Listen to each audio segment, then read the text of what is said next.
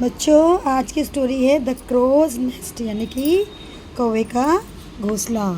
Fight लड़ाई, cunning चालाक, holiday छुट्टी, रॉक पत्थर, वॉइस आवाज़, रीच पहुंचना। Kalu the crow lives in nest. Kalu एक क्रो है जो कि घोंसले में रहता है। इट इज़ ग्रोइंग हॉट, बड़ी गर्मी है। So he goes a holiday to another tree. तो उसने सोचा कि मैं हॉलीडे मनाने के लिए दूसरी ट्री पे जाता हूँ। A river flows near the tree. उस ट्री के पास में एक नदी बह रही थी। Kalu rows a boat in the river. Kalu ने क्या किया कि एक बोट डाल दी उसके अंदर। He likes to work in the garden. उसे गार्डन में काम करना अच्छा लगता था। He sows seed in the garden. उसने गार्डन में बीज बोए। He mows the grass. Grass उग गई। He has a good time for 5 days। 5 दिन तक उसे बहुत अच्छा लगा। He goes back to his nest. अब वो अपने नेस्ट में वापस चला गया। But there is a green parrot with the red Bhoj in the nest. लेकिन उसके घोंसले में अब एक हरे रंग का पैरेट आ गया था। This is my nest says Kalu. Kalu ने कहा, ये तो मेरा नेस्ट है। But now I live in this nest says the parrot. Parrot ने कहा, नहीं, अब ये मेरा नेस्ट है।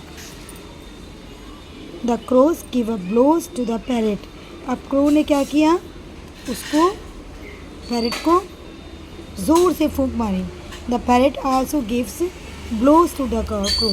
पैरेट ने भी उसको ज़ोर से आवाज़ लगा के फूंक मारी। There is a big fight. दोनों के बीच में बहुत बड़ी लड़ाई हो गई। All the animals come to see the fight. सारे एनिमल आ गए उनकी लड़ाई देखने के लिए।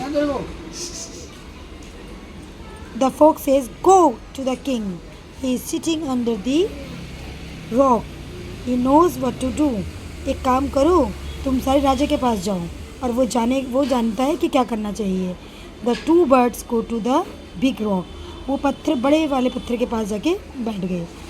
The eyes of the cunning फॉर glow. He think I will eat them but I must go slow or them will and they will fly away.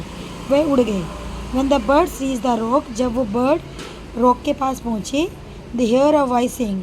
एक आवाज़ बोले, come here and tell me your story since it is very dark under the rock. The bird are not able to see the king. बहुत अंधेरा था वहाँ पे, राजा को किसी को दिख नहीं रहा था। As soon as bird go near. Bird पास में आ गए। The fox jumps on them. He kills and eats them. सारे बर्ड्स होते हुए फॉक्स के पास आ गए और फॉक्स ने उन दोनों को मार दिया, दोनों बर्ड्स को। तो देखा बेटा, अगर वह मिल के रहते तो उनके बीच में लड़ाई नहीं होती, और उन्होंने लड़ाई की तो उनको अपनी जान से हाथ धोना पड़ा। तो इसलिए हमें लड़ाई नहीं करनी है, मिलजुल कर रहना है।